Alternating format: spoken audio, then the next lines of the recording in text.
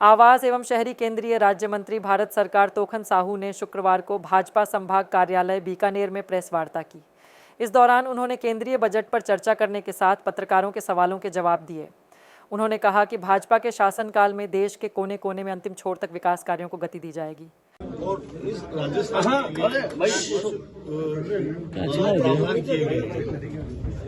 सामने बजट 2025-26 वित्त मंत्री के द्वारा जो पेश किया गया है, ये विकसित भारत के संकल्प को पूरा करने वाला बजट है। माननीय प्रधानमंत्री जी ने कहा, इसका नाम दिया कि हमारे ज्ञान पर आधारित है। गरीब, किसान, युवा और महिलाओं को ध्यान में रख करके बजट लागू किया गया है और ये पूरे देश के विकास के लिए ये बजट है। सबके लिए इसमें प्रावधान है।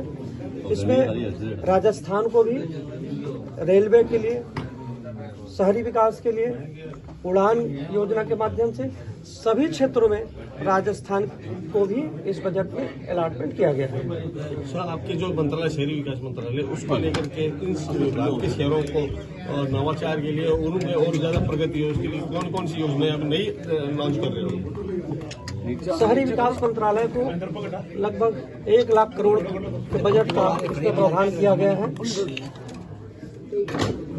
राज्य सरकार अपने मिशंस के माध्यम से किसी भी प्रोजेक्ट को केंद्र सरकार को भेजती है, उसे केंद्र सरकार स्वीकृत करती है। आप किसी भी योजना को, स्वच्छ भारत मिशन योजना हो, अमृत मिशन योजना हो, इन योजनाओं के माध्यम से आप भेजेंगे, आप उसकी स्वीकृतियां मिलेगी। इस साल अर्बन चैलेंज फंड के नाम से 10,000 करोड़ की बजट का प्रावधान किया गया है और औद्योगिक श्रमिकों के लिए आवास की भी चिंता सरकार ने की है, तो औद्योगिक श्रमिकों के लिए भी आवास का निर्माण होगा। सर, आपने किसान की बात कही थी कि किसानों को ध्यान में रखा जाए, लेकिन देश में और प्रदेश में किसान आंदोलन कर लगातार सड़कों पर है, उनसे भी मिलेंगे क्या? उनसे बात करेंगे? देखिए, भारतीय जनता पार्टी किसानों की सरकार है, किसानों को लेकर के चलती है। इस बजट में भी प्रधानमंत्री जन धन योजना के नाम से एक नया स्कीम लेकर के आई है। केसीसी की जो सीमा है उसको 3 लाख से बढ़ा करके 5 लाख कर दिया गया है। हम जो भी किसान भाई जो आंदोलन कर रहे हैं, हम उनसे आग्रह करना चाहेंगे कि वो सरकार से बातचीत करें।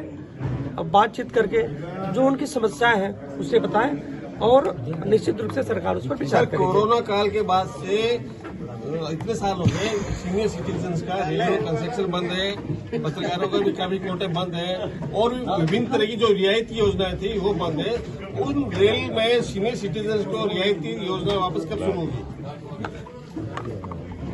ये बातें माननीय विधि मंत्री जी के संज्ञान में है। आपने मुझे भी बताया, जरूर इस पर बातचीत करेंगे। सर, अभी आप ऐसा कुछ बता सकते हैं कि सीनियर इस देश के वरिष्ठ आदमियों को कुछ मिल सके?